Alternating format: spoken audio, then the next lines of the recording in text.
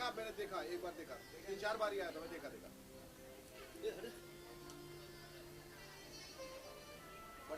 चलो किया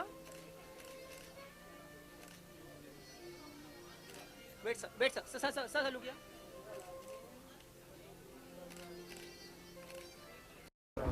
अरुण ढेरों बधाई देना चाहूँगा। जिस रफ्तार से देश भाग रहा है उससे ये और ये उनका 37वां साल है उनकी कंपनी का, तीसरा ब्राइट अवार्ड्स है और पहला जन्मदिन है बेटे का। तो खुशी का एक बहुत बड़ा मौका है और तिगनी खुशी है और सारी चीज़ें एक साथ हो रही हैं। मैं समझता बहुत कम लोग ऐसे होते हैं दुनिया में जो ऐसे ज़मीन से शुरुआत करके फलक तक पहुंच जाते हैं, जो इतने आसमान में इस तरह की एक उड़ान लगाते हैं और छलांग लगाते हैं। योगेश की एक खासियत ये है कि बहुत दिनों से मैं उनको जानता हूँ और जब वो कार्ड दिया करते थे लोगों को कि मैं होर्डिंग्स लगाता हूँ, सर मेरी भी होर्डिंग आप एक बार ट्राई करके देखिए, वहाँ से इस मकाम तक पहुँच जाना कि अभी बता रहे थे कि मुझे कल कुछ लोगों को ही अलाउ किया गया था जैकी चैन के बगल में बैठने का और वो भी उनमें से थे। ये एक बड़ी उपलब्धि है, ये हर लोग की बस की बात नहीं है और इंडस्ट्री में जहाँ की शोहरत और इज़्ज़त बड़ी मुश्किल से मिलती है। बहुत लोग कोशिश करते हैं, लाखों करोड़ों लोग आते हैं, उसमें अपनी एक ख़ास जगह बनानी और एक ख़ास मकाम बनाना, ये उनकी खासियत है कि आज अगर होर्डिंग की बात करें आउटडोर की तो एक ही नाम उभरता है, ब्राइट। और जहाँ कहीं भी आप देखें हर जगह ब्राइट ब्राइट ब्राइट ब्राइट है। तो और बम्बई जैसे शहर में जहाँ लोग खो जाते हैं, गायब हो जाते हैं, वहाँ अपना सिक्का जमाए रखना और हक से और इस तरह से हर साल आगे बढ़ते रहना। और देखिए कि इस बात का सबूत कि जब वो इस तरह का कोई भी कार्यक्रम करते हैं तो फिल्म इंडस्ट्री में हर कोई शख्स, चाहे वो शाहरुख हों, चाहे वो ऋतिक हों, चाहे वो कोई भी एक बड़ा सितारा, वो ज़रूर इसमें शामिल होता है, शिरकत करता है। तो अपने आप में एक बहुत बड़ी उपलब्धि और वो ढेरों बधाई के पात्र हैं और मैं बहुत खुश हूँ कि वो इस मकाम तक पहुँचे हैं और ये जो कि उन्होंने ज़िंदगी में जो भी हासिल किया है वो बड़ी मेहनत और शिद्दत से किया है। और मैं समझता हूँ आने वाले दिनों में भी वो निरंतर जिस प्रयास से और जिस तेज़ी से आगे बढ़ रहे हैं वो आगे बढ़ते ही चले जाएंगे, क्योंकि उनमें आगे बढ़ने का एक जज्बा है, मैंने देखा है उनमें वो जोश है, वो उनकी आंखों में दिखाई देता है। और वही है कि वो जो उन्होंने ठान लिया कि मुझे ये करना है, फिर वो उसे हासिल करके रहते हैं। सर आपका खुद का शो जी बिजनेस में, मतलब वो शो के बारे में बताइए क्या मतलब है? जी, मैं तो समझता हूँ कि उसमें बहुत बड़े हकदार जो हैं वो योगेश हैं, क्योंकि वो उन लोगों की कहानी है जो अनजान लोग हैं लेकिन अपने आप में बहुत बड़े हीरो हैं, बहुत बड़े नायक और महानायक हैं। क्योंकि ज़िंदगी में एक उपलब्धि तो है ही उनकी कि एक ऊंचा मकाम हासिल किया है, लेकिन जो दिक्कतें उनके सामने आई, जो रोड़े उनके राह पे बिछाए गए, बावजूद उसके जो इतने ऊंचे स्थान पे आ गए हैं, वो मेरे ख्याल से योगेश उसमें बहुत माकूल हैं उसके लिए। वो तमाम लोग जो ज़मीन से शुरुआत करके आसमान तक पहुंचे, उसमें से एक कहानी में अभी किसी पायलट की जिनका मैंने इंटरव्यू किया था, वो घास काटा करते और घास काटते काटते एक दिन उन्होंने जब आसमान की ओर देखा तो एक हवाई जहाज़ वहाँ से जा रहा था। उन्होंने ये अहद किया, ये प्रण किया कि इस जहाज़ को मुझे चलाना है, मुझे पायलट बनना है। और फिर इतनी कोशिशों के बाद वो इंसान जिसको पढ़ना नहीं आता था, जिसका स्कूल 20 किलोमीटर दूर था, वो लड़ते जूझते झगड़ते आगे बढ़ के वो प्रेसिडेंट से मिला, प्राइम मिनिस्टर से मिला, आरबीआई गवर्नर से मिला, गुजरात के चीफ मिनिस्टर से मिला, बहुत मेहनत से विश्वास दिला के फिर वो अमेरिका किस तरह से पढ़ाई करने गए, वहाँ प्लेन धोया करते थे और उसके बाद यहाँ आके न सिर्फ पायलट बने बल्कि पायलट का एक ऐसा इंस्टीट्यूट खोला है जहाँ उन्होंने मेरे ख्याल से 5000 पायलट को ट्रेन किया। तो ये बहुत कम लोग जानते हैं। अगर इस शो के ज़रिए, मैं ये शो इसलिए कर रहा हूँ ताकि सेलिब्रिटीज़ के नाम पे ज़्यादातर फिल्मी सितारे देखने को मिलते हैं या स्पोर्ट्स के खिलाड़ी मिलते हैं या क्रिकेट के खिलाड़ी मिलते हैं, ये उन लोगों को भी सामने लाना बहुत ज़रूरी है जिन्होंने ज़िंदगी में बहुत कुछ हासिल किया है लेकिन दुनिया उनके बारे में नहीं जानती। मेरे ख्याल से जब ऐसे लोग बाहर आते हैं तो लोगों को बहुत प्रेरणा मिलती है और उनकी कहानी से बहुत उनको शक्ति मिलती है कि ये इंसान बावजूद इतनी दिक्कतों के परेशानियों के जब यहाँ तक पहुँचा है तो हम भी पहुँचेंगे। और जो लोग बीच में ही अपने राह में निराश होने लगते हैं उनको एक नई स्फूर्ति और एक नई ऊर्जा मिलती है। सर एक मुझे याद है कि एक इंटरव्यू में आपने भी बताया था कि आपका जो प्रोजेक्ट है बॉम्बे करके आप कुछ एक जी, बॉम्बे डाइंग, तो उसका क्या कुछ स्टेटस है? अगर आप अभी बताना स्टेटस चाहें, ये है तो कि मैं 17 में अभी आएगी? स्क्रिप्ट लिख रहा हूँ। अभी स्क्रिप्ट पे मैं काम कर रहा हूँ क्योंकि वो एक बहुत ही सेंसिटिव स्टोरी है जो कि 1992 के जो दंगे हुए थे मुंबई में उसकी पृष्ठभूमि पर है। वो एक लव स्टोरी है, एक हिंदू लड़के और एक मुसलमान लड़के के बीच में, और क्या कुछ दंगे होने के बाद उनके बीच का समीकरण कैसे बदल जाता है, परिवार वालों का दृष्टिकोण कैसे बदल जाता है, सब का रवैया और व्यवहार कैसे बदल जाता है, वो उसकी कहानी है। लेकिन वही है कि आखिरकार मोहब्बत की जीत होती है, या मर के या जी के।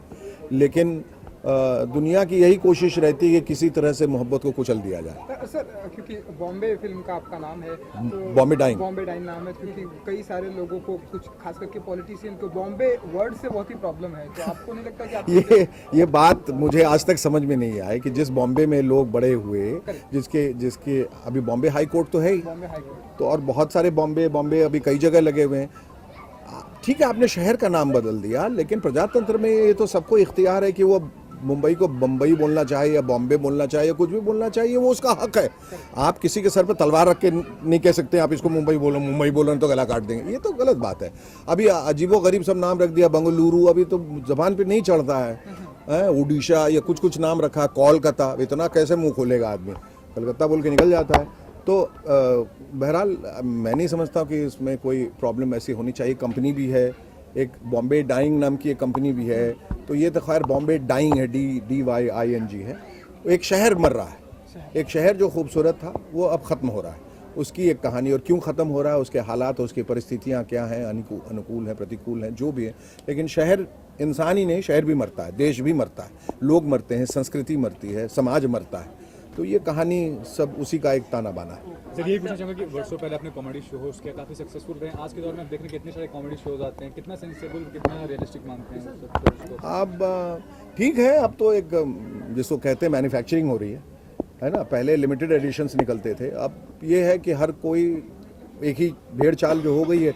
जब भी भेड़ चाल होगी और बहुत सारी चीज़ एक ही तरह की निकलेगी तो क्वालिटी जो है उस पर असर पड़ता है। बहरहाल ठीक है, ये तो एक एंटरटेनमेंट की दुनिया है और जो दिख रहा है वो शायद चल रहा है, लोग पसंद कर रहे हैं, इसलिए वो वहाँ है। इसीलिए उस पर टीका टिप्पणी नहीं करना चाहूँगा और उस पर करना गलत भी होगा।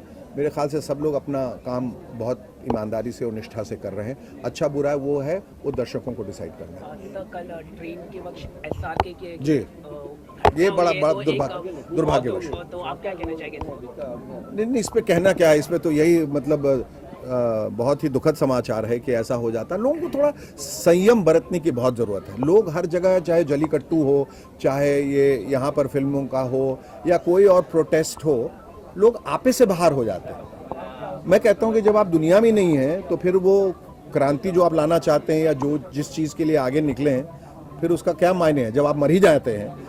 और आपके मरने पर आप ये नहीं सोचते कि आप जो एक परिवार पीछे छोड़ के जा रहे हैं, जो रिश्ते नाते दोस्त को छोड़ के जा रहे हैं, उनका क्या होगा उसके बारे में नहीं सोचते।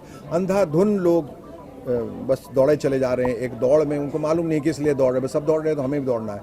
और इसमें ये रोज़ हादसे ये हो रहे हैं, इस तरह के हादसे। लोगों को संयम बरतना बहुत ज़रूरी है कि दुनिया अब वो दुनिया नहीं रही जो 5-10 साल पहले थी। अब सोशल नेटवर्किंग साइट पे आने के बाद भी लोग एक दूसरे को बहुत ज़्यादा उकसाते हैं क्योंकि वो नकाब के पीछे हैं, बहुत तो शिखंडी हैं इसमें, पीछे से रह के वार करते हैं, अपना नाम भी दूसरों की तस्वीर लगा के दूसरे नाम से, और अनाप शनाप बकते रहते हैं, किसी को भी गाली देते हैं। अगर कोई सेलिब्रिटी जाए, कोई इंस्टाग्राम पे जाए या ट्विटर पे जाए या टिंडर पे जाए या कहीं और जाए, फिर उसको गालियाँ भी निकालते हैं। ये फारिग बैठे हुए लोग, खाली बैठे हैं, उनका काम है बस कुछ बकते रहना। तो उससे हम लोगों को परहेज़ करना वो बहुत ज़रूरी है। Thank you.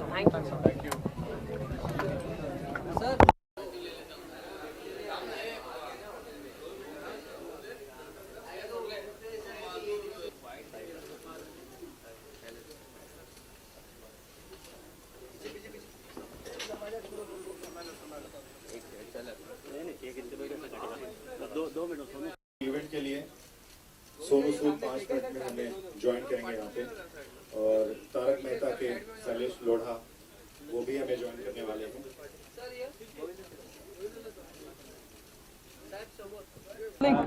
एडवर्टाइजिंग अवार्ड और योगेश जी के बारे में क्या कहना चाहेंगे आप? हम उनकी मीडिया की ये 37th एनिवर्सरी है, 3rd अवार्ड है और बच्चे की पहली सालगिरह है। मैं बहुत मुबारकबाद देना चाहता हूँ, शुभेच्छाएं प्रदान करता हूँ, ईश्वर से प्रार्थना करता हूँ कि हर वो व्यक्ति जो फिल्म लाइन से जुड़े हुए हैं और साथ साथ जुड़े हुए लोगों का ख्याल करते हैं, उसमें से आदरणीय योगेश जी जो हैं वो हैं। Thank you so much for his love, God bless him.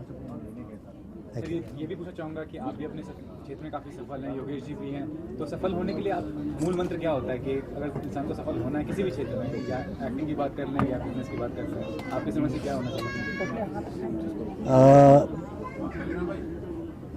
बहुत सी कृपाएं चाहिए, माँ बाप का आशीर्वाद जो बहुत ही महत्वपूर्ण है, और साथ साथ बहुत कृपाएं चाहिए, बहुत अच्छाई चाहिए, बहुत हार्डवर्क चाहिए। और मुझे ऐसा लगता है कि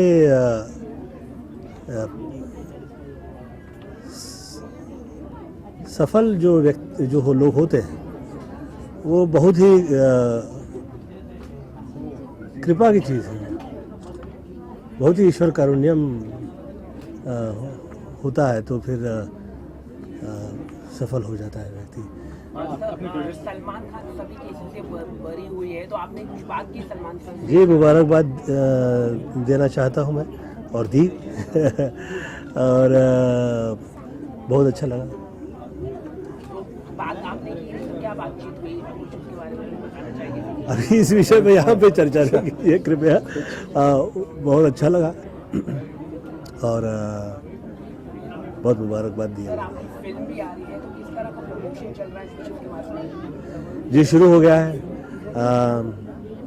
और 3 तारीख फिल्म रिलीज हो रही है, 3 मार्च। और ईश्वर से प्रार्थना है कि सफल हो, और जो लोग वर्षानुवर्ष जो फिल्में पसंद करते हैं, देखते आए हैं, आप लोग सब लोगों से विनती करता हूं कि फिर आप आएँ और देखें। और मुझे उम्मीद है कि आप लोग बहुत जिस तरह से फिल्में देख के आप लोग प्रसन्न हुआ करते थे उस समय में, वैसे ही आप लोगों को नज़ारा रहेगा, यही वैसा ही नज़ारा रहेगा। Thank you so much.